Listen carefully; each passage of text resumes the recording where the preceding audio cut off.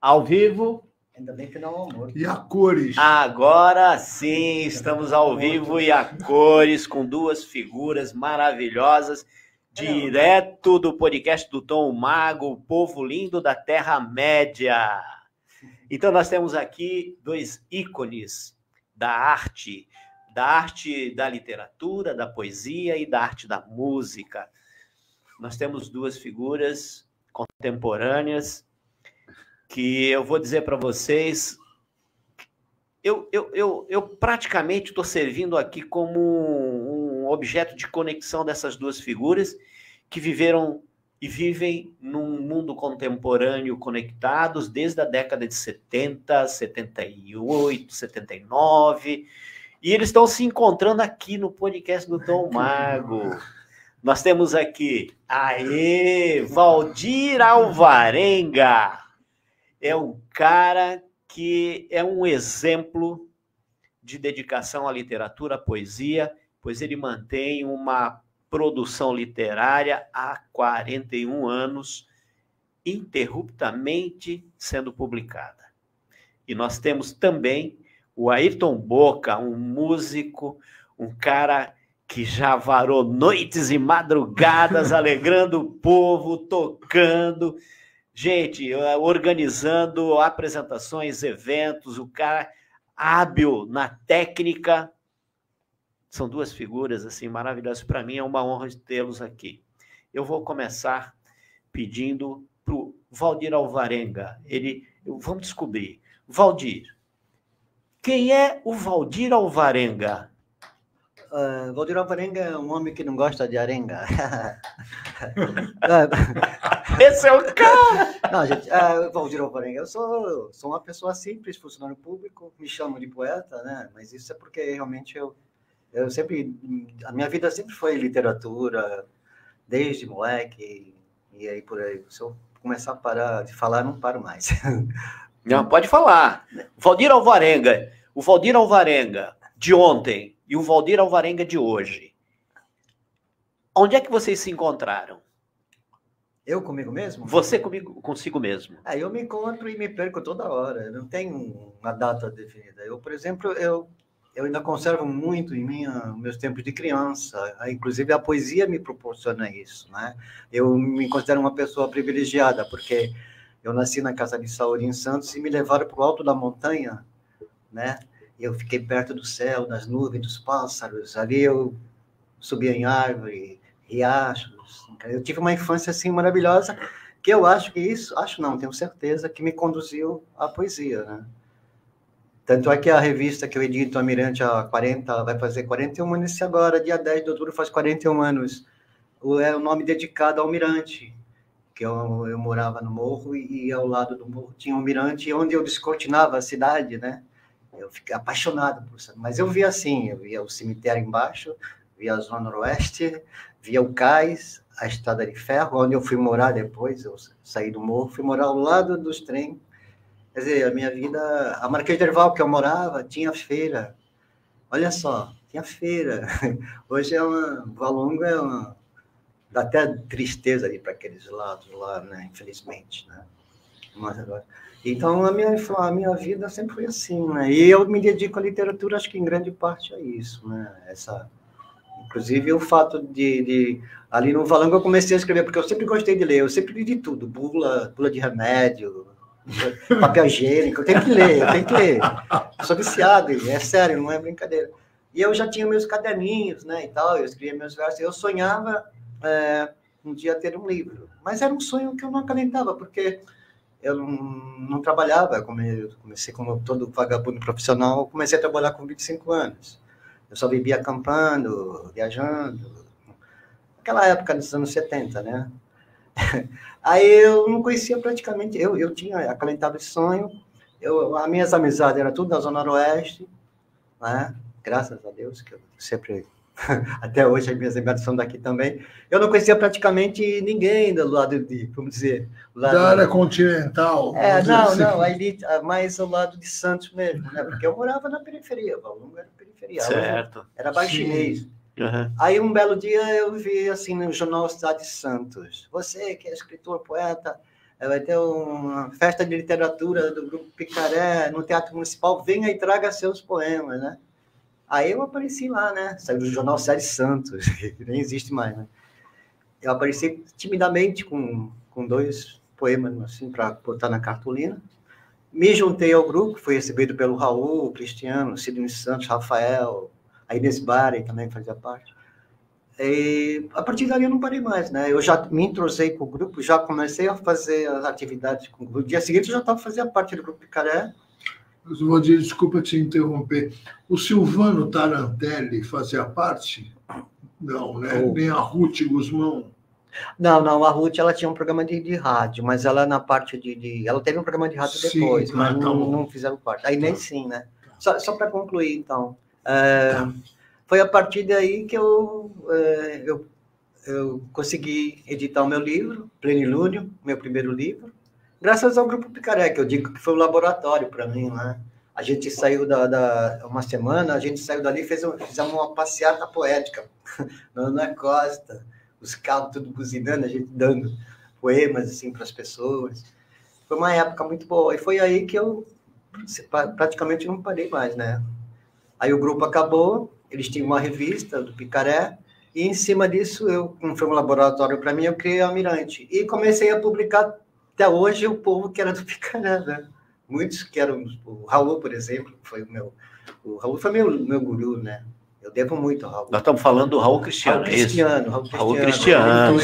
Ele foi, assim, a pessoa que foi uma alavanca para mim, né? Que legal, né? Eu sou reconhecido quanto a isso. Uma época muito interessante, né? De resistência, um período negro, vamos dizer assim, da história do Brasil, né? Um momento difícil. Você me fez lembrar uma coisa. A poesia era o último reduto contra a ditadura. O teatro estava abandonado, os músicos, todo mundo caído fora. A poesia marginal, que era chamada, independente, Rio e São Paulo, Chacal, Paulo Leminski e Santos foi nessa. Era a poesia a única manifestação que a gente podia fazer. Mas era tudo proibido. É verdade. E é interessante você falar do Leminski, ele, inclusive, é considerado um dos maiores haikai-istas, né? Sim, e o haikai era uma forma interessante, né? Ele usava, e sempre usou o haikai. Ele usava a ironia, o humor, ele tinha muito humor. Cara, poesia, né? Demais. Porque vier com destino, eu assassino,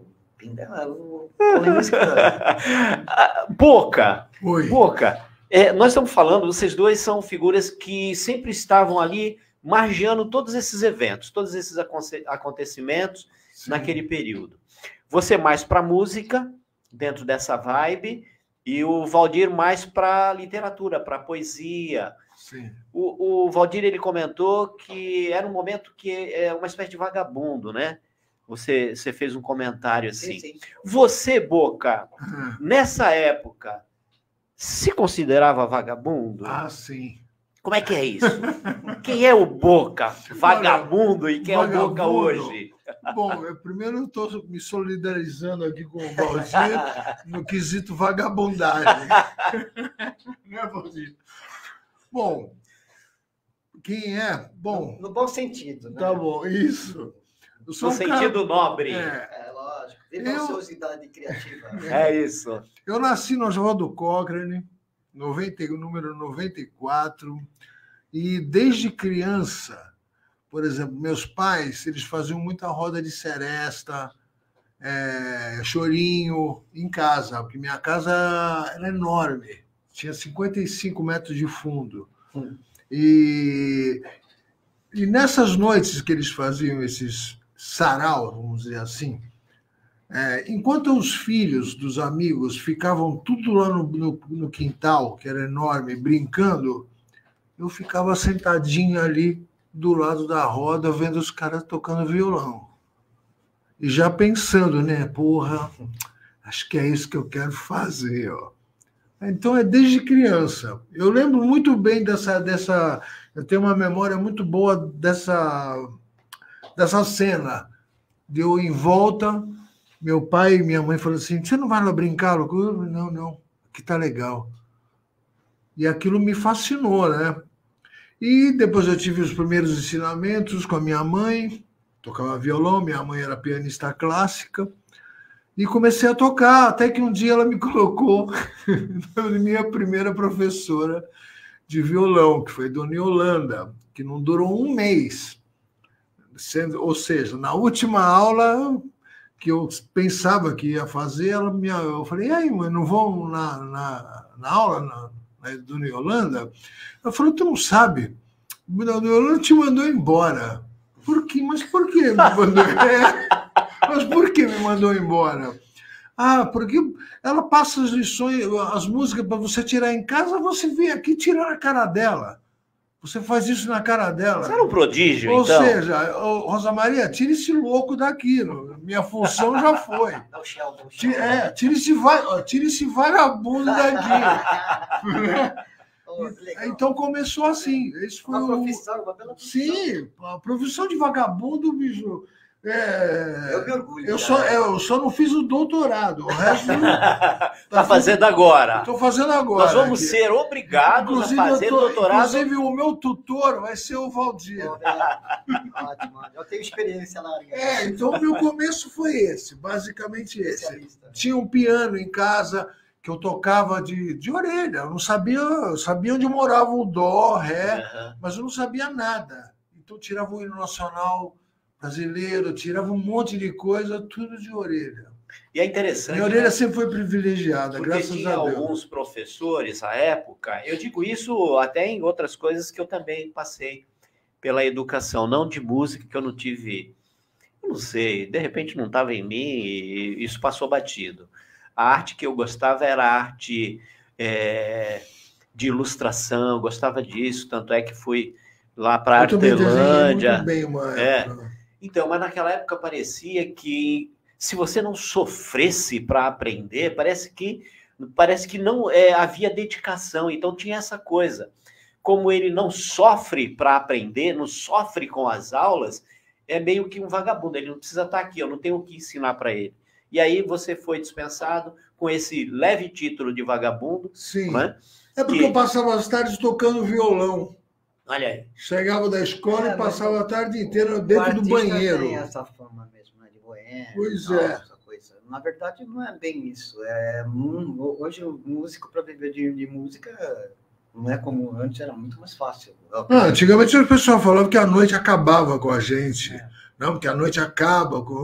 Acaba se você quiser, velho. E hoje tem muita variedade, não tem espaço e não tem a qualidade também, que é importante, né? Porque qualquer um, eu sou poeta, eu sou músico, tá bom? Mostra o teu poema. A coisa mudou muito. Mostra a tua música, a tua melodia. A cena, a figura mudou muito. Eu tive, né, como eu falei pro Boca, um poema meu musicado cantado pelo Alfredo Gonzalez, com letra do Canduta, na Copacabana. Eu gravei lá, assinei Copacabana. Canduta botou Marcos Canduta, né? Botou uma puta de uma melodia, e o Alfredo Gonzalez, que era filho do Serafim Gonzalez, tinha uma voz assim, muito linda. Por sinal, um abraço para o Alfredo e para o Canduta, né? Grandes. Alfredo não vejo há muito tempo. Figuras também muito importantes na nossa cultura santista. Vocês acham que a poesia, não só a poesia escrita, falada, mas a poesia musicada, você acha que perdeu o encanto com a tecnologia, com essa nova forma de lidar com... Por exemplo, você falou da Copacabana. As gravadoras não existem mais, não tem mais essa vibe. Não. Agora é outro esquema dentro da tecnologia, com a internet. Vocês acham que isso, vamos dizer assim, prejudicou um pouco ou é mais romantismo mesmo? O que vocês acham dessa pegada aí? Na minha opinião, eu acho que mudou muito. A emoção, aquela coisa, se perdeu, se dissipou bastante nos dias de hoje. Eu acho, essa é a minha opinião. E Valdir, e a inteligência artificial e a literatura? Como é que está isso na tua cabeça? Eu trabalho basicamente com uma revista impressa que não existe mais. Os livros, infelizmente, também, dependendo das secretarias de culturas, acaba. Não tem mais livro. Hoje é tudo celular, nada vai substituir um livro. Você pegar um livro, você guardar para o dia seguinte. Não sou contra a máquina, pelo contrário, eu utilizo muito. Mas como eu sou ainda vanguardista, né, da vanguarda, E outra coisa, entre inteligência artificial, eu prefiro a ignorância verdadeira, natural, viu? Porque essa inteligência artificial eu acho muito perigosa. Inclusive, o Elvio me mandou um vídeo ontem do Eduardo Moreira, que é um jornalista, dizendo que a filhinha dele estava com um celular, com esse... Tem um nome, GTP, sei lá, eu não sou muito ligado nisso. E, de repente, a menininha, ele pegou ela no celular e ela, assustada, e ela conversando com uma pessoa que não existia, a menina entrou em pânico. E ele teve que explicar para ela que aquilo ali não era uma pessoa. Olha só o perigo que tem a inteligência artificial numa criança, num adolescente. Pode conduzir ao suicídio, pode conduzir tudo. Tem muita coisa, sim, sim. Mas eu, basicamente, eu ainda sou do tempo do livro, tanto é que eu trabalho em biblioteca, né? Criei esse projeto Leia Santos, que eu acho muito legal ter continuado, né? E a Mirante, né? A minha vida é basicamente sinceramente, eu não necessito de inteligência artificial, mas quem usa, que aproveita, que utilize muito bem. Cada um.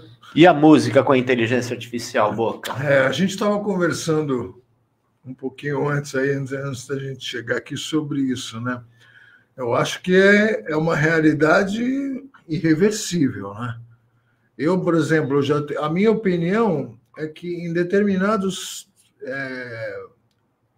trabalhos, essa inteligência artificial ainda não está suficientemente apta a te realizar, te definir um trabalho. Eu acho que ela está apta a te dar um caminho, a um resultado que ela acha, por exemplo, que seria o ideal, que nem sempre é o ideal, né? Mas, por exemplo, eu tenho um software agora que é gratuito. É impressionante como ele trabalha, por exemplo, de um arquivo estéreo, música, instrumentos e voz. Como é que ele consegue tirar a voz desse arquivo e manter a qualidade que ele mantém?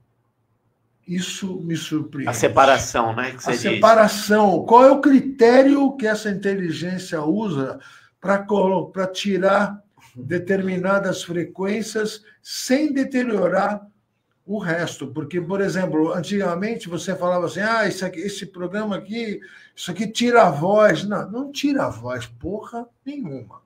O que se acontecia era um equalizador gráfico que filtrava todos os médios, das médias baixas até as altas, onde ficava mais a região da voz, só que o resto dos instrumentos eram totalmente comprometidos, né? Então, isso era para nós seria uma coisa assim, nunca vai existir. Existe. Existe, e eu sou testemunha, porque eu fiz vários testes de pegar o arquivo original com a voz, tirar a voz e com vários presets, por exemplo, esse tira a voz, mas é feito por uma outra pessoa, e é impressionante como ele mantém ainda a qualidade do que sobrou, né? Porque ele tirou a voz e deixou o instrumental, né? É impressionante. É interessante. A tecnologia... Não, olha, só um detalhe. Claro. Eu não estou falando daquele Moisés, lá, o Moses, sei lá como é que é a pronúncia. Não tem nada a ver com aquilo. É um software gratuito, grande, instalação dele de 5 GB, super simples de mexer, mas é uma coisa estupenda o que ele... Como age essa inteligência artificial nesse segmento, né? Valdir, a gente falando de inteligência artificial, o que a gente sabe é que a inteligência se serve de bancos de dados, de informações, sim, né? E, Alexa. E mistura isso e vai colhendo para trazer uma resposta para uma determinada consulta, um prompt, né? Então, mas é isso que eu questiono a mim mesmo. A máquina, não sou contra a máquina, pelo contrário, eu utilizo. Mas a máquina, no sentido de literatura, jamais não vai poder botar, não pode perder o humor, a sutileza que só o ser humano tem, né? A máquina jamais vai fazer. Entendeu? Mas pode será que... vários textos, mas então, vai faltar... Mas veja, o que acontece? Como é a inteligência artificial, vamos colocar assim, entre aspas, é uma máquina que aprende. Robô, né? É uma máquina que aprende. Ela aprende, Essa é um ponto de virada. Mas ela vai para o primário, vai para o ginásio? Então, ela aprende porque ela já pegou tudo isso, todos esses conteúdos que o ser humano já produziu, não é? Todos esses conteúdos que o ser humano já produziu, ela tem esse banco de dados, então todo aquele conhecimento, a literatura, das obras mais clássicas, as mais atuais e modernas. Então, a inteligência se serve desse conteúdo e aprende com ele. Isso é que é interessante. Tem um cara, Yuval Harari, ele diz o seguinte: vai chegar um momento, a gente estava falando aqui de ser vagabundo, né? Mas naquela época a gente fazia isso como uma espécie de opção. Uma opção, sim, uma opção. Eu me dava o luxo, tinha emprego naquela época. Eu me dei o luxo eu me demitia, sabe? Eu não quero mais trabalhar aqui. Não quero mais trabalhar, eu sabia acabou. Que tinha um outro emprego. Você sabia que tinha, e a hora que você quisesse. Mas isso depois de 25 anos, eu só comecei a trabalhar. Comecei a trabalhar na Cosipa. Eu vivia no mundo de Hermann Hesse, viajando. De repente eu fui descobrir a outra realidade da vida. Até então era um alienadão mesmo. Alienado. Mas por opção, né, cara? Eu via o cara afundado, eu nasci ali e falei, meu Deus, meu mundo não é só Hermann Hesse, as minhas viagens. Tem alguma coisa concreta acontecendo? Mas foi uma lição para mim, né? Assim como meu primeiro emprego na prefeitura, acho que Boca nem você sabe, meu primeiro emprego na prefeitura foi no cemitério do Saboá, né? Mas não como coveiro. Não, o administrador sabia que eu escrevia. Você é poeta? Não acredito. Eu escrevi 2 anos todos os óbitos. Não acredito. Olha só, 79 e 81 era a minha letra lá, eu assinava. É mesmo? E eu ainda falava assim para os coveiros. Jaci Gordão. Você cantava para onde ia aquele féretro ia para o local para onde ia. Eu estou aproveitando, não é mentira minha, passaram 3 meses, eu troquei 2 enterros ao mesmo tempo, eu troquei, cara. É sério? Aí o encarregado viu, tu passou, eu passei, aí o enterro foi para um lado, o outro foi para cá, eu pela janela, todo mundo voltando, falei, meu Deus, vou ser mandado embora do cemitério. Mas é um erro que acontece, é humano, né? Há pouco tempo, né? É humano, e veja, o que certamente ia fazer grande diferença depois dos registros, se isso, né, se perpetuasse, mas foi consertado a tempo. Sim. Né? Foi consertado a tempo. Aí eu pergunto para você acha que a inteligência artificial conserta o ser humano a tempo? Há tempo do ser humano se recuperar de tudo que está acontecendo? O ser humano não tem mais jeito, não tem uma recuperação, não. Você acha que não? Eu sou totalmente descrente, cara. Eu também sou bem pessimista nesse sentido de humanidade. É uma palavra abstrata. Né? Os valores mudaram muito, né? A gente fala assim, que esse país vive numa situação de ódio, para mim essa situação é mundial. É no planeta. O planeta está do avesso. Envenenado em todos os sentidos, em valores, conceitos, tudo.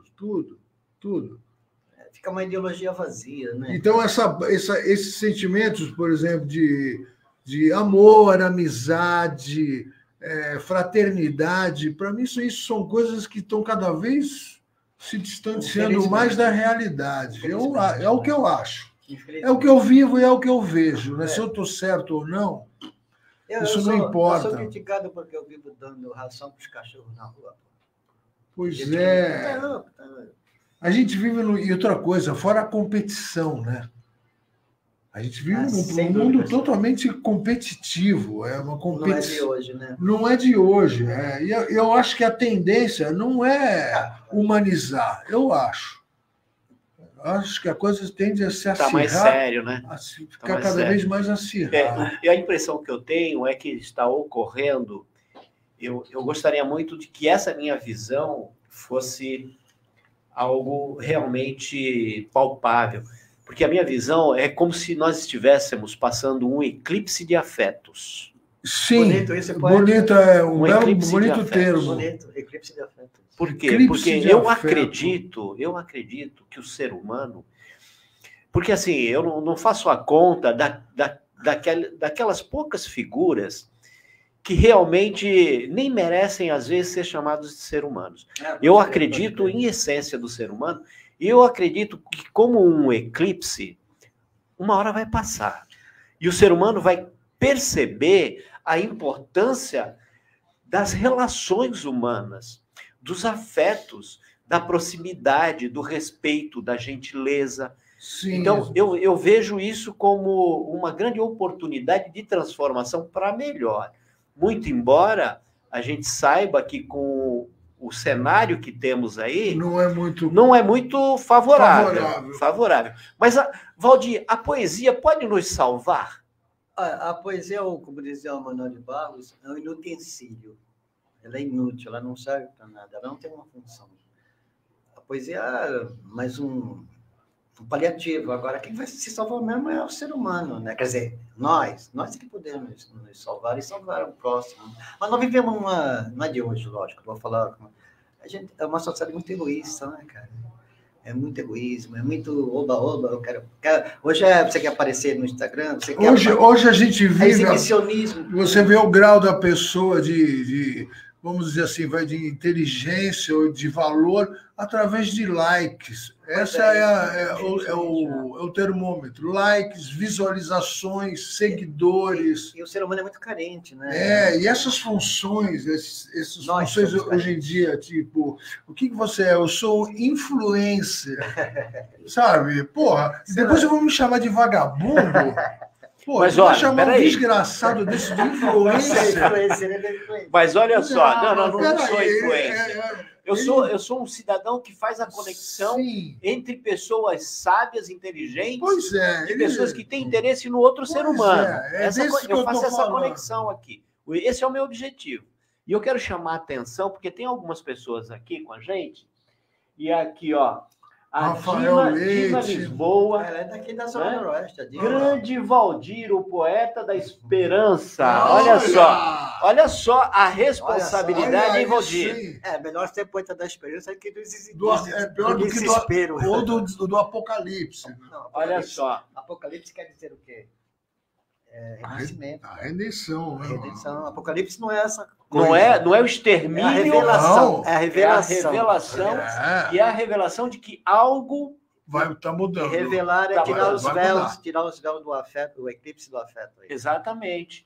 Vai ajudar a acelerar, né, a escuridão. Luiz Antônio, a Dina. O Canuto é o meu parceiro da Mirante. Luiz Antônio Canuto, boa tarde. Rafael Leite. Rafael, músico. Olha só, a coitada da Dona Yolanda. Olha isso aqui. Minha professora. O Rafael. Minha professora de violão. Mas olha, as que são lembradas é porque moram ainda no nosso coração. É inesquecível. Minha primeira professora, tirando minha mãe. São os nossos afetos que duram, né? Sim, esses são os que fazem valer. Você falou que... eu entendo a sua posição, Valdir, quando você fala assim, a poesia é inútil. Porque ainda mais no tempo de hoje. Então, mas assim, eu acho que a poesia pode até ser inútil para o olhar do outro, mas a poesia é um alento e é uma esperança para o poeta. Assim, né? Como o outro vai sentir, sim. O problema é do outro. Eu vivo brincando com as palavras. Outro dia eu escrevi no Facebook assim, outro dia eu comi giló com abricó lá do Saboó, né? Puta, o povo começa a rimar também. Já começa a colocar outras rimas. Olha só que maravilha, porque o que é isso? Isso é arte. É uma brincadeira. Arte. Com as palavras, né? Então, o que são as palavras? As palavras são pequenos desenhos que nós demos significado. Né? As palavras, elas são pequenos instrumentos visíveis que se transformam em algo abstrato para fazer conexão entre humanos, cara. Isso é maravilhoso. Que a poesia não precisa ser útil. Ela é útil no próprio sentido dela. Ela não tem que provar que é útil. Sim, ela não precisa provar nada. Agora é aquela coisa, poeta é vagabundo, música é vagabundo. Sim. Mas olha, não se preocupem, porque... Segundo Yuval Harari, nós todos mais de 80% da população mundial em 2050 seremos todos vagabundos. Porque não vai função. ter, nós não ter, não é assim, nós não seremos desempregados, como eu comentei com você. Sim. Nós não seremos empregáveis, porque não vai haver espaço para todo mundo. Não vai mais existir. Um vagabundo como eu. Pronto, vamos consolidar. Mas o Luiz Antônio também faz um comentário aqui, ó. Convida o Quando Antônio Canudo. surgiram as máquinas fotográficas, decretaram o fim da pintura. Mas ela está aí. Quando surgiu o cinema, disseram que o teatro ia acabar. Não é? Mas, cara... Quem está acabando mesmo é o homem. Na realidade, assim, a gente não está vendo assim, uma sobrevivência dentro do parâmetro que a gente entende o ser humano hoje. Mas o processo é mudança. Como será o ser humano, como diz o pensador Harari, quando diz que em 2050 nós 80% da população não será empregável. Por quê? Função, porque tem muita função que será dispensada, vai deixar de existir. Justamente. Aí você vai ser disfuncional. Você vê o nível de automação na indústria automobilística, o que não foi de gente, de especialistas, o que não foi de gente para a rua, sem função. Agora é tudo robotizado. Pois é. E vai acontecer isso mesmo. Como é que é o nome dele mesmo? Yuval Harari.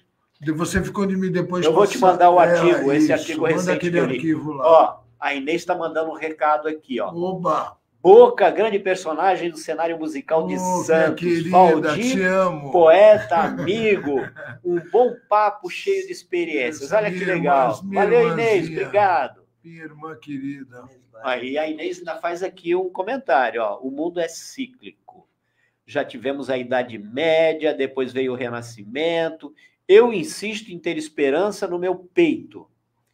Mas aqui a esperança continua. Sim, continua. A esperança é a primeira que morre. É a primeira que morre. É só a minha projeção é só uma coisa prática. Então, não é uma coisa sentimental. Ó, se a esperança é a primeira que morre... Quem espera, desespera. Eu não gosto Quando você fala em morte, você fala em mudança de processos. Sim. Não é? Sim, claro. O problema é quando a esperança escorre pelos seus dedos é um poeta, né? E você não consegue resgatar. Aí sim. Ela te escapa. Aí, quando ela te escapa, quando nós deixarmos de ter esperança, deixaremos de ser o humano que temos que ser. Sim, isso Não é isso? Eu não falei no sentido de não ter esperança. Seria uma visão que eu tenho assim, um pouco mais prática, não tão sentimental. Mas esperança, bicho, ela está sempre dentro da gente. Sem dúvida. Por isso que Sem dúvida. Nem que ela seja pequena. Como estão falando. Boca, é isso aí. Por que nós estamos aqui, afinal de contas? No fundo, nós somos seres que queremos que o mundo... Todo mundo viva bem, que todo mundo viva em fraternidade. Hoje é dia de São Francisco de Assis. Todo mundo fala... Não estamos aqui para pregar o pessimismo de maneira alguma. Então, mas entre o Valdir, você tocou num ponto importante, né? Entre vangloriar sobre um determinado momento e dia que a humanidade estabeleceu como fato para comemorar, praticar a ação é que vai fazer a diferença. Não é a homenagem, sabe? Pois não é a falácia. Hoje eu saí de casa com o trabalho, eu levo ração comigo, já dei para todos, pelo menos eu... São Francisco. Você fez a sua contribuição. Mas eu faço isso todo dia, né? Aí eu sofro, cara. Já fiz minha doação também para as vítimas aqui do incêndio que teve agora aqui recentemente. A gente não tem que ficar falando isso. Não temos que ficar, mas ao mesmo tempo... No caso é para a gente... No caso é para dizer que a gente também não está de braço cruzado vendo eu adoro a vida, o trem passar. Eu tenho que agradecer. Por mais que a vida seja difícil, dura, cruel. A Neuza mandou aqui um comentário. Obrigado, Neuza.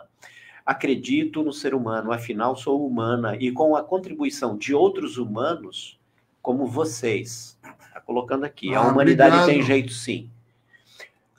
Não há ser humano Também. Não há ser humano Não, só. é verdade. Nós só somos o que somos porque nós temos o quê? Outros humanos. Sim, sim. Coletivo. O coletivo. Então, o indivíduo é importante para realmente estruturar o que é o ser humano coletivo, porque isso é que nos faz continuar a espécie.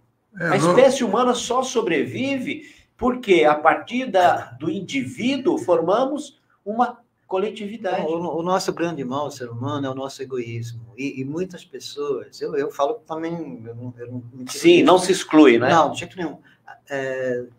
Se mostra uma coisa que, não sou egoísta, mas não sabe, fica só na palavra, na atitude não. Ação. Fazer a coisa acontecer, né? E não é só pessoa. E como é que faz a coisa acontecer? Às vezes, a gente acha que tem que ser algo, vamos dizer, pirotécnico o negócio, sabe? Tem que aparecer nas mídias. Nada disso. Veja, olha só, cara. Nada disso. Alguém que passa... Presta atenção. Se liga, gente. Alguém que passa 41 anos publicando uma revista de poesias de forma ininterrupta, como fez e faz o Valdir Alvarenga. Isso é uma mosca branca, né? Que é isso, cara? Mas isso Esse é o maior exemplo de um ser humano Eu não sabia que isso era possível. Eu faço isso, eu não ganho dinheiro com a Mirante, pelo contrário, né? Mas eu faço porque é um prazer. E outra coisa, tem muitos poetas bons em Santos, São Vicente, no litoral, Cubatão, que tem uma amiga, Maria José, Zezé Goldsmith, que ela é uma ótima, para mim, é uma das melhores poetas que tem, né? Ela disse para mim que se não fosse a Mirante, ela tinha parado de escrever. Olha isso. Porque ela tem onde publicar, né? Então, essa é a importância do veículo. Mesmo que hoje em dia você pode publicar na internet, mas nada substitui uma revista. Nada. Você viu o teu primeiro... Eu, quando vi meu primeiro poema na revista Picaré, no meu livro, então, essa aqui é a antologia do Picaré, quando eu vi meu poema, nossa, eu me realizei, porque era um sonho que eu realizei. Aí depois, agora, se eu tenho uma qualidade, eu vou continuar, senão eu paro, né? E o amor que você tem porque você faz, né? Tanto é que a vida me levou para a biblioteca, eu sempre gostei de livro. O amor voltou para mim, o amor aos livros, a leitura voltou para mim. Eu só tenho que agradecer, né? Eu tenho que agradecer. Veja só, aí eu pergunto, como é que você fez para ir do administrativo do cemitério? Putz, não é? Assim, foi muito engraçado, porque eu fiquei 2 anos no cemitério, eu pedi a transferência, o administrador lá, né, que era o Nívio Pérez, né, ele, não, eu não vou te dar transferência porque eu gosto de ti. Eu falei, se o senhor gostasse de mim, eu não aguento mais trabalhar aqui, eu não aguento mais ver caixão, ver gente chorando, não aguento mais. Eu tinha que cobrar das viúvas e dos viúvos, pô, da taxa da prefeitura, né? Era um trabalho burocrático. Aí eu consegui, era o secretário de Educação, Paris, né? E eu consegui sair do cemitério e fui trabalhar onde? No Barão de Rio Branco. Na escola. Primeiro dia da escola, eu falei, nossa, renasci. Eu saí do cemitério e estou com as crianças. Você saiu do fim e veio para o começo, né? Pois olha só, que coisa. Eu fui para a educação até que eu fui para a Secretaria de Cultura, né? E na Secretaria eu fiquei mais conhecido pelo Varal de Poesia, pelos Cantos da Cidade, que também revelou muita gente que hoje escreve. Começou ali e tal, né? E até hoje eu trabalhei para a biblioteca, criei o Leia Santos e tal. Quer dizer, eu trabalho com aquilo que eu mais gosto, que é a literatura. Isso é maravilhoso, né? Quando você tem essa... Isso é um privilégio, é um privilégio, é um privilégio. Eu me considero, nesse sentido, um privilegiado, né?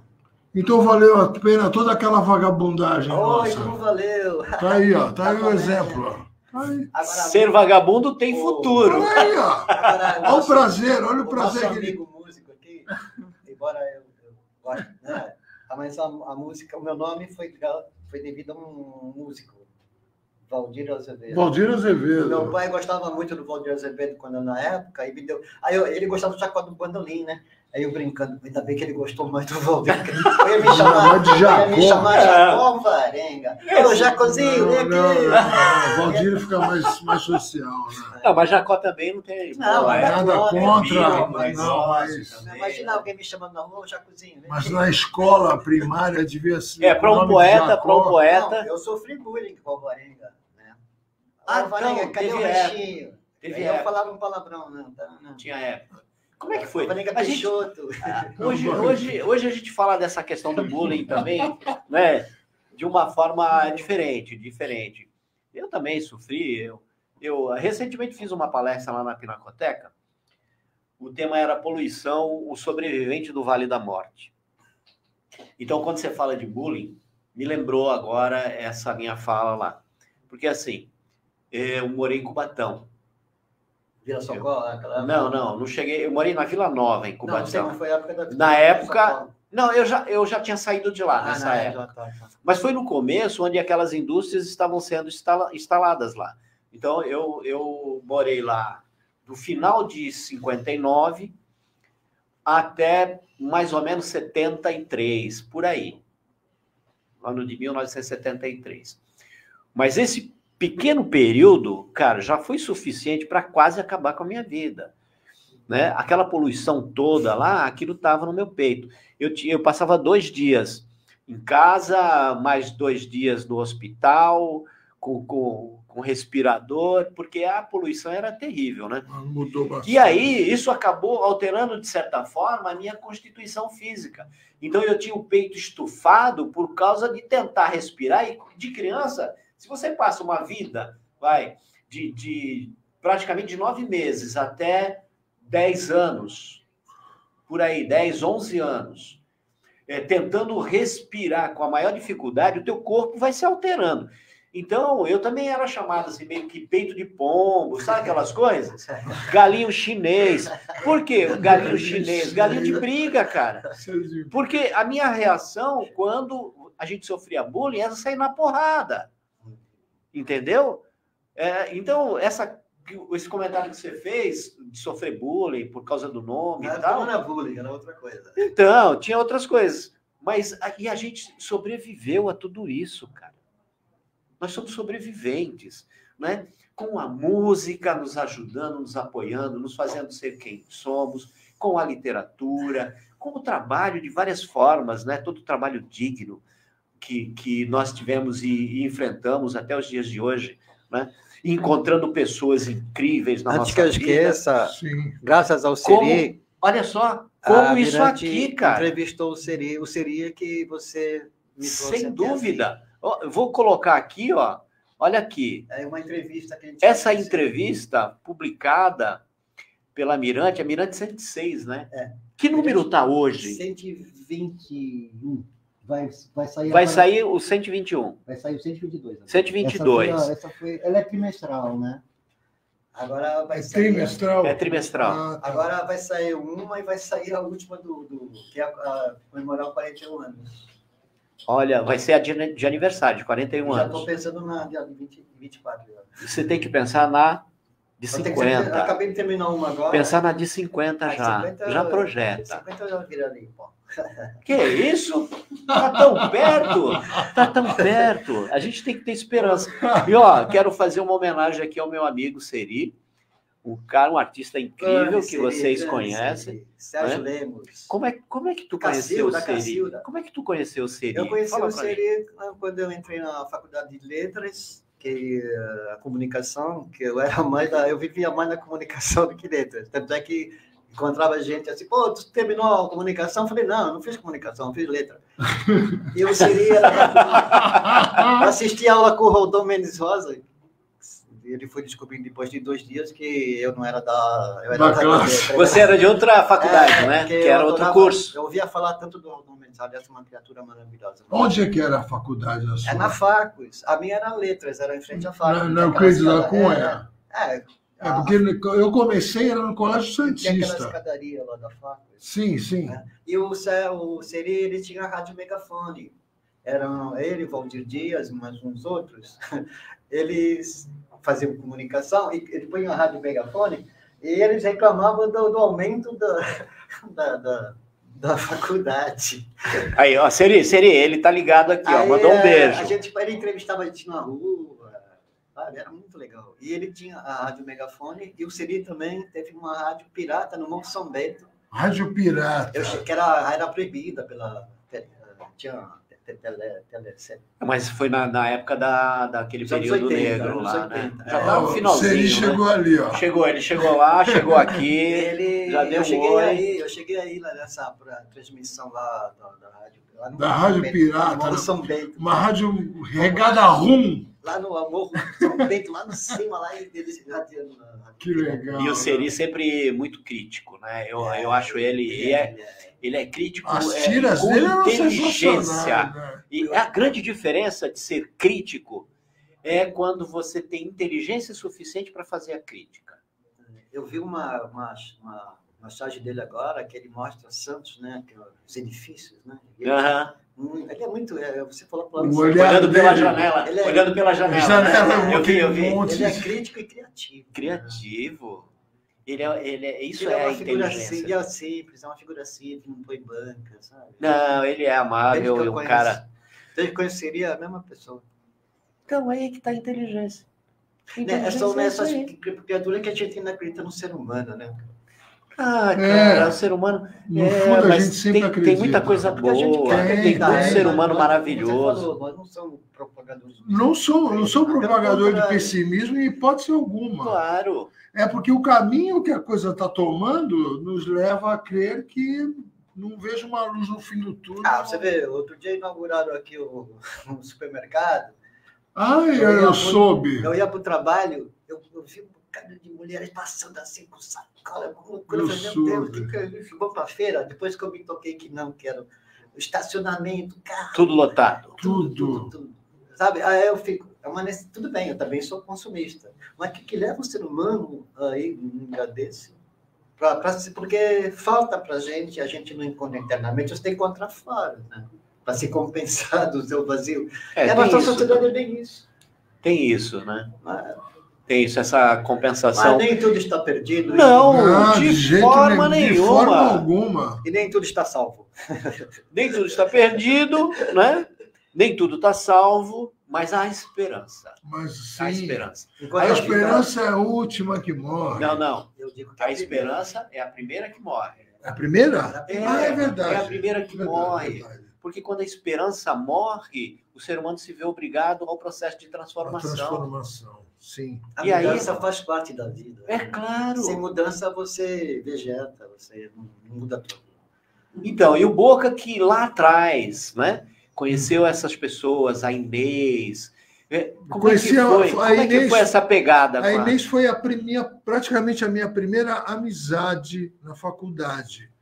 Eu nunca me esqueço, eu até tiro um sarro dela. Eu nunca me esqueço da... Escuta aí, Inês, é para você. A Inês é para você, Loira. Aí estamos lá, praticamente nos primeiros dias de aula, da Faculdade de Comunicação, né, da Facos. Lá está ela, a imponente, loira, cabelo comprido, com a sua indefectível roupa country, camisa xadrez, cinto e calça jeans. E a loira foi a minha primeira amizade, né, do curso, praticamente. E dessa amizade, que graças a Deus ela dura até hoje, virou uma coisa assim de irmão. As pessoas até me perguntavam, alguns, né? Pô, você não tem nada, tu não tá com a Inês lá? Bicho, a minha relação com a Inês sempre foi de irmão. Que bacana. Sempre. Inês... Nunca ultrapassou esse limite. A amizade, o carinho e a admiração que a gente tem um pelo outro. Sempre foi isso. Nunca teve nada além disso. Eu conheci a Inês justamente na época do Grupo Picarã, né? Inclusive, no mesmo ano que ela lançou O Sol da Meia-Noite, eu lancei o Plenilúnio. Sol da Meia-Noite, eu tenho esse livro. Eu lancei o Plenilúnio, eu achei mal barato o Sol da Meia-Noite. Plenilúnio é lua cheia, né? Eu lancei o Plenilúnio, cara, no Beatles Bar. Caramba! Só tocava Beatles e era Beatles na parede. Era praticamente vamos dizer assim, uma réplica brasileira lá do Cavern Club. Você seria uma versão Mambembe. Eu lancei lá, o meu primeiro livro foi lá, foi muito legal. Cara. Que bacana, quanta história maravilhosa, né? Quantas pessoas incríveis a gente vai se conectando. A minha classe da faculdade era uma classe muito, muito forte. Até te falei sobre o boicote que teve. na colação de grau, aquelas coisas, né? E, meu, essa amizade que eu tenho com a Inês, assim como eu tenho com um outro amigo meu, que é a época do ginásio, é um negócio louco, né? A gente começou, somos amigos, viramos para amigos, parceiros, viramos irmãos, amigos, parceiros, e essa amizade continua até hoje. Até hoje a gente se fala. Inclusive, quero mandar um beijo grande para o meu amigo Anthony, marido de Inês. Sim, o Tony Lama. Grande Tony, um grande Tony beijo Lama. também, que é outro irmãozaço. Querido, né? Ô, bicho Cara engraçado. incrível. Se juntar eu e o Tony juntos, bicho, Não vai prestar. não vai dar certo. Não vai prestar.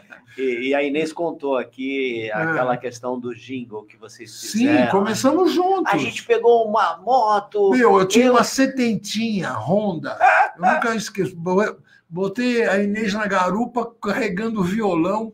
Lá fomos nós para ir para a sede lá da Graça Telefones tocar ao vivo. A gente tocou o comercial da Graça para ela ali ao vivo. Alô, eu precisava no telefone. Ou seja, fita demo. Isso aí era uma coisa para nós ainda inalcançável. Estava distante. Gravar isso, então, nossa, bicho. E aí, como é que nós vamos gravar?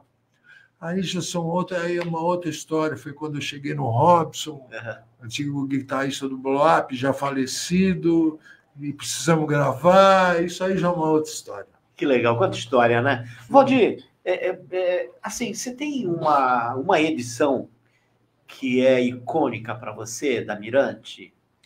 Na verdade, eu tenho várias, né? Por exemplo, a Mirante teve várias fases e tiveram pessoas que sempre me ajudaram. Sérgio Fabres, que hoje está em São Paulo, o cara tem um estúdio em São Paulo, era um amigo que ele ia encontrar a namorada dele na faculdade, e ele desenhava, ele começou a fazer desenho para Mirante, da Costa, o Seri, né? Essas figuras. Então, teve várias fases. Eu fiz uma Mirante Eros, que eu acho uma das Mirantes assim, muito, muito bonita, né? Então, tive a Mirante Fênix. Eu falei das pessoas assim, até as 58, de um número tanto, eu fazia com a Cláudia Brino, que eu era casado com ela. Aí, de repente, a gente se separou, eu fiquei com a Mirante. Essa, para mim, foi crucial, porque ela fazia diagramação. Mas a Mirante sempre teve, né? O Canudo, que fazia Mirante comigo, ele tinha parado, ele voltou. Apareceram desenhistas de Santos, novos. Então, a Mirante sempre, a partir dos 60, eu acho que foi a mais crítica. Porque eu transformei a Mirante, ela era fininha, cara. Eu comecei sozinho, uma noite, a Mirante, que tinha umas 30 páginas, ficou com 82. Caramba, mais que o dobro. E eu mantive... Qual que você trouxe aí pra gente? 60, eu mantenho até hoje com 82 páginas. E eu falo assim, eu procuro preencher essas páginas com qualidade. Sim, claro. Eu escrevo sobre os escritores, por exemplo, eu escrevi agora sobre o Milton Fernandes, Centenário, a gente escreve sobre esses poetas todos, né? Mas são várias fases da Mirante. Vou comer uma paçoca. Opa! Não dá para dizer assim, basicamente, qual, assim, né? Foram várias. Pô, 120 números, né, cara? 120 A Mirante começou desse tamanho. Sempre foi trimestral, Valdir? Não, era não. tipo tabloide? Ela começou a ser trimestral a partir do ano 2000 e pouco, na 60. Tá. Até então ela era assim... Mensal? Ou era esporádico? Era mensal, não tinha um compromisso. Não tinha, tá. A gente fazia Mirante não era para fazer, mas quando eu vi essa separação, eu podia ter acabado com a revista, né? Porque ela me ajudava e fazia a diagramação. Falei, não, vou continuar. Continuei. Já se passaram 60 anos, já está mais 60 revistas. Essa aqui 120. Foi, essa é a 106, a do Seri. Essa aqui foi a Mirante, que é especial de 40 anos. Né? Aí eu coloquei os colaboradores da revista. Que tem a linha do tempo. Aí tem uma história da Mirante, né? É muita coisa. Que legal. Depoimentos, quem é quem na Mirante, E poetas e prosadores e ilustradores. Quem? A Hilda Hilst. Mandou? Mandou para a Mirante. Eu tenho até hoje com a assinatura dela. Sério? Eu publiquei. Que legal, rapaz. Aí eu cheguei a fazer amizade com a Hilda. O Solamento não tem, ela me convidou para ir lá em Campinas e eu não fui. O Solamento não tem para conhecê-la, né? Que ela nasceu no mesmo dia que eu, 21 de abril. Né? Ah, é? Já faleceu ela? Faleceu. Faleceu. A Hilda Hilst, para mim, é uma das maiores escritoras brasileiras. Olha só que E interessante, né? Falando de figuras ilustres, assim, você mencionou agora há pouco o Tom Zé, né? O Tom Zé, eu acho ele incrível. Ele é um gênio. Ele é É inacreditável. só ele morrer, aí vai ser... Aí vão ser Igual exaltados, né? Eu tenho uns amigos meus que ensaiaram com ele, eles falaram uma coisa tão engraçada. Eu falei, velho, é complicado, porque cada dia que a gente vai lá, Acontece ele quer uma tocar coisa nova, uma né? música diferente. Ele era incrível. É, Eu vi uma ocasião que ele pegou, ele falou assim, alguém falou que uma música dele era plágio. Aí ele ele disse que ficou com aquilo na cabeça, espera um pouco, eu vou fazer. Aí ele começou, e ele foi pegando parte de 3 ou 4 músicas, ele criou, cara, algo assim. É um gênio. O baiano Fora de série. ele é uma figura. Uma figura. É um Então, dos grandes artistas que a gente tem aí, né? Então, são figuras que a gente tem aí. E será que Recentemente perdemos um grande músico, João Donato, né? Ah, nem fala. Pô, Nossa, o João Donato, como tocava piano aquele cara, né? e as músicas que ele fez? Nossa, bicho. À beira Essas do mar, perdas, todo essas mar perdas, é um essas perdas não têm reposição. Não tem. Isso é impossível. Não tem, né? Não O tem. ser humano, quando ele é um ser humano especial, ele jamais deixará de existir, Sim. não é? E cada um na sua individualidade tem a cada dia a possibilidade de ser esse ser humano especial.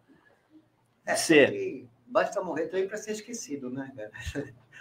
Você, quando morre, aí sai na Globo, sai tudo quanto é notícia e tal. Porra, a Gal Costa Passou 6 meses. A Gal Costa morreu e depois morreu. A Gal Costa. Infelizmente é isso. A pessoa mesmo. Vários amigos meus morreram, ninguém fala mais. Em Santos mesmo, tinha um grande poeta, o Zelos Machado. Os Zelos. Morreu. Foi suicídio? Acho que sim. Foi o que falaram. Não posso falar com você. Eu também não sei. Mas, Os Zelos. Ele era uma figura assim, deram o nome da concha acústica para ele lá. Então, mas daí, esqueci do que Mas é alguma mínima homenagem. Jair dos Santos Eu Freitas. publico o Zelos e o Jair. Jair. O Jair eu vou publicar agora. O Jair é meu amigo e trabalhei com ele, ele fazia artéria. O pai dele era cardiologista da minha avó. O pai dele. O Jair Santos Freitas foi uma das figuras mais loucas com quem eu Jair já dos convivi. Santos Freitas. Uma das figuras mais loucas com quem eu já convivi. Polêmico, criativo. Ele adorava. Ele era demais. É da essência, era da essência. Valdir, deixa eu te perguntar.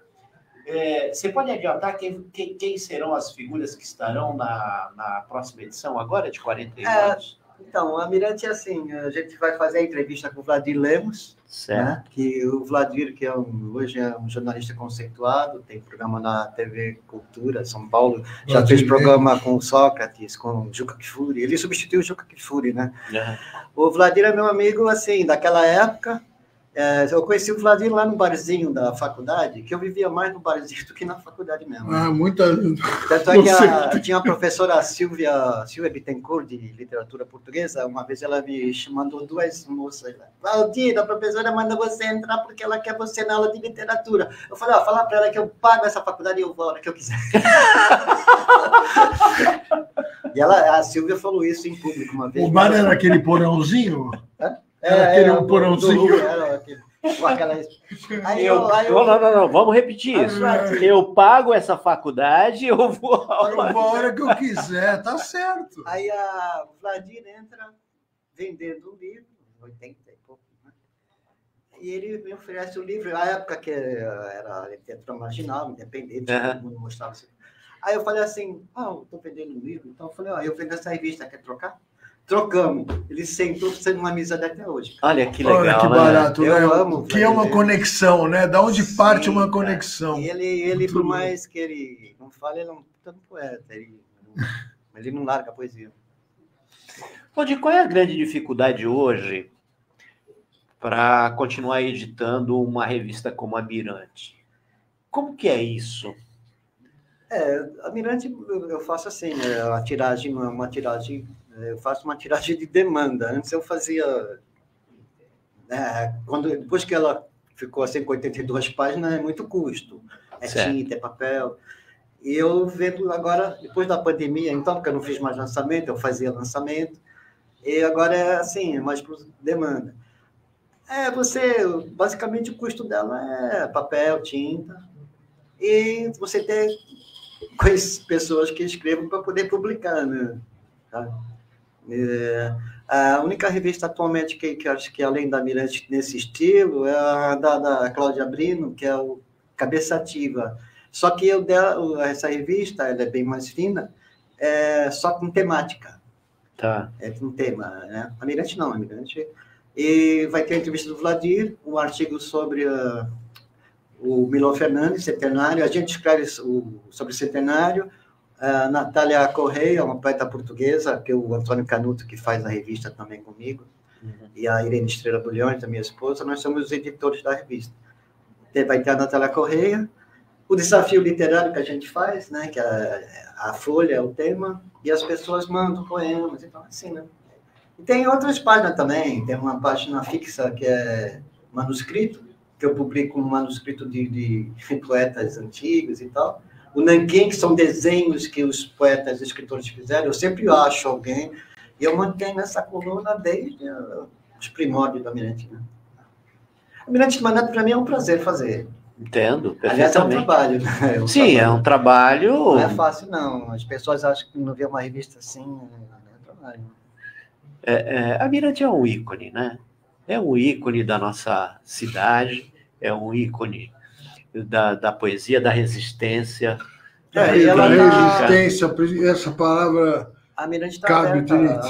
Está sempre aberta a quem quiser mandar texto, desenho. Então, gente, ó, fica aí vamos dizer assim, a possibilidade de você, um poeta, um escritor... A caixa postal 79685, Jardim Paraíso, São Vicente, eu moro no Jardim. Olha só, vem alguém aqui do Paraíso... Quem disse que o Paraíso não é...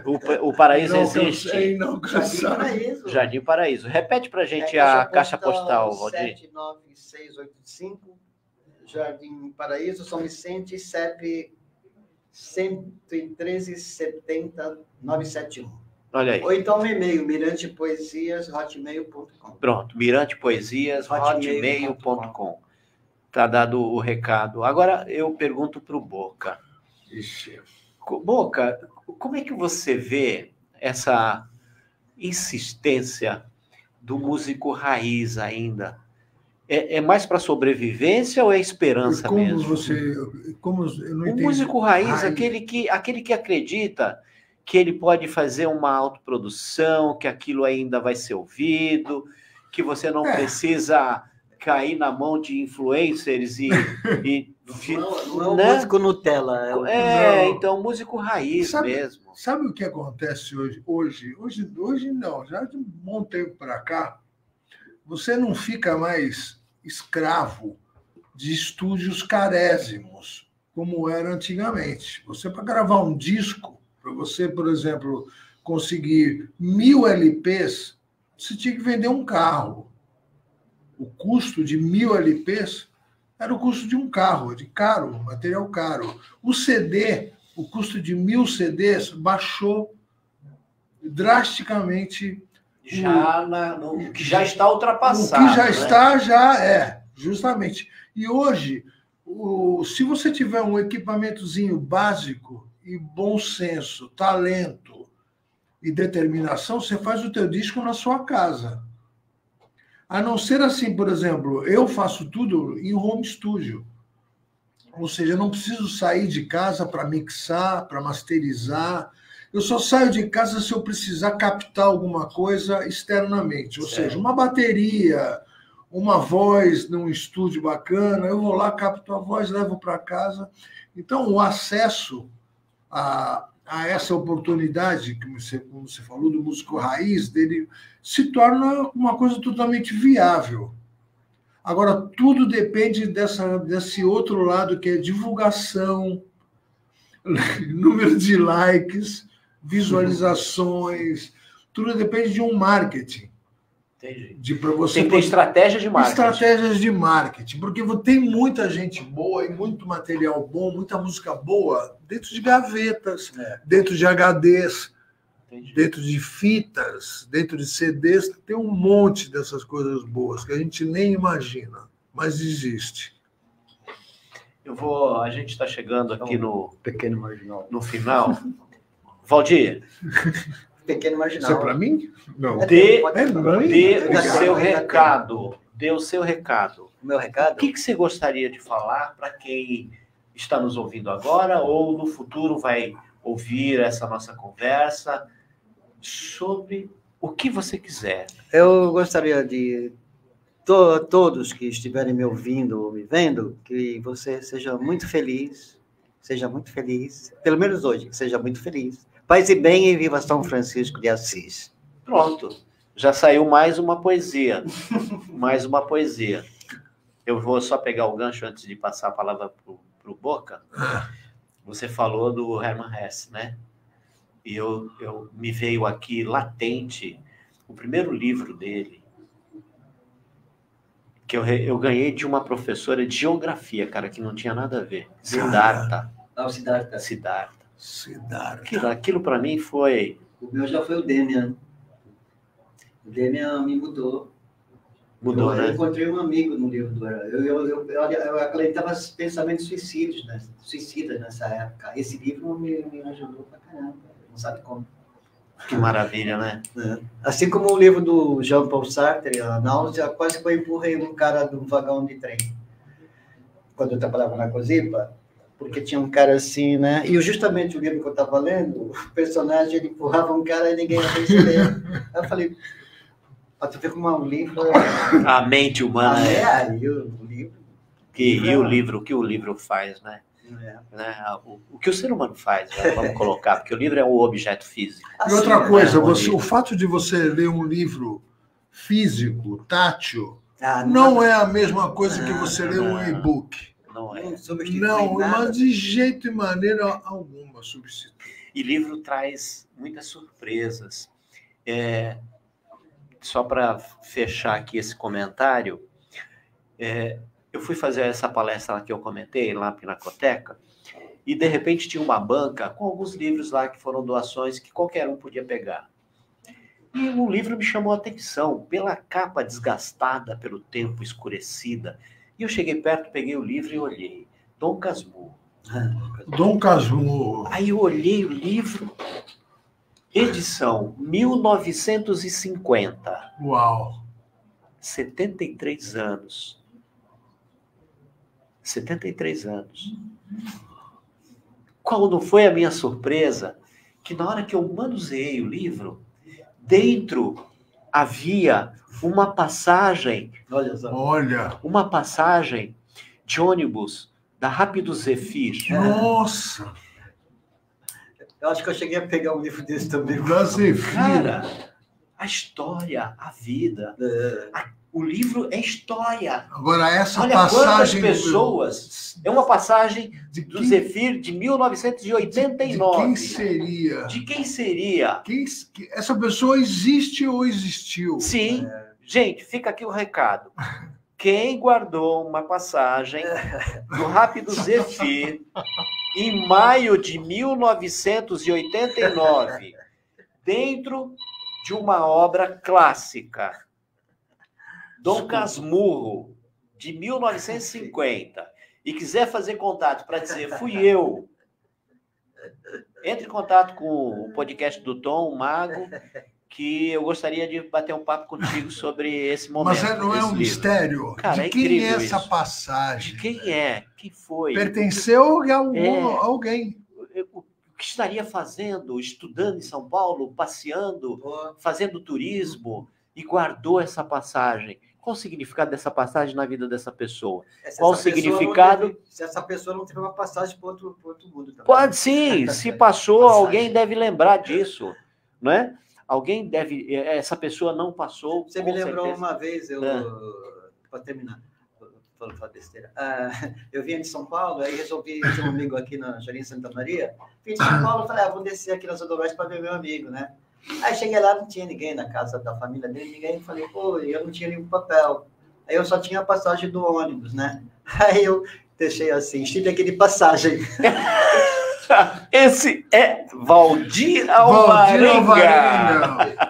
Boca, Fala. suas palavras para a gente maravilhosamente Encerrar os esse trabalhos. encontro, pelo menos por agora, né? Tá.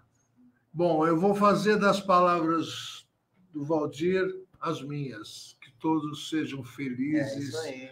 Felizes. Nós merecemos, né? Com muita saúde. Saúde também, saúde. E para todas as pessoas que, como eu e o Valdir, que já fomos vagabundos. Eu E ainda, hoje- ainda mantenho meu. E hoje a gente mantém ainda o trabalho, Quando eu posso, eu sou vagabundo mesmo.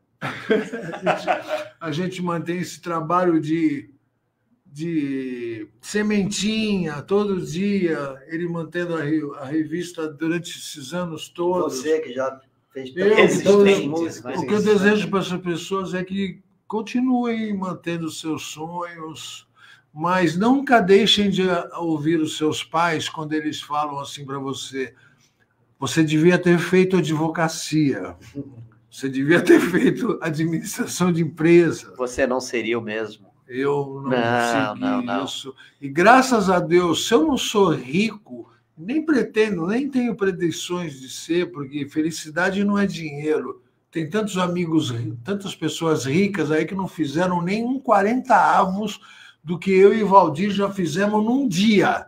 Sim.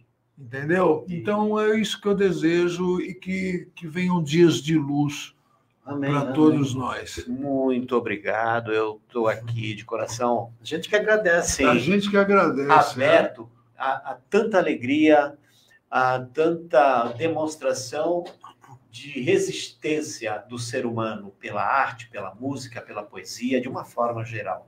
De uma forma geral, para mim é maravilhoso poder ter, vamos dizer assim, contribuído com esse encontro de pessoas que Agradeço ao tangenciaram Seri, os anos agradeço de ao vida. Seri por ter. Eu e Valdir, É. nunca te vi, sempre te amei. Olha só. Que Aí, coisa ó, maravilhosa. estamos nos conhecendo hoje pessoalmente. Que a gente já tem um afeto, né? Sim, sim. Aí, Afeto. Como é que é? O afeto.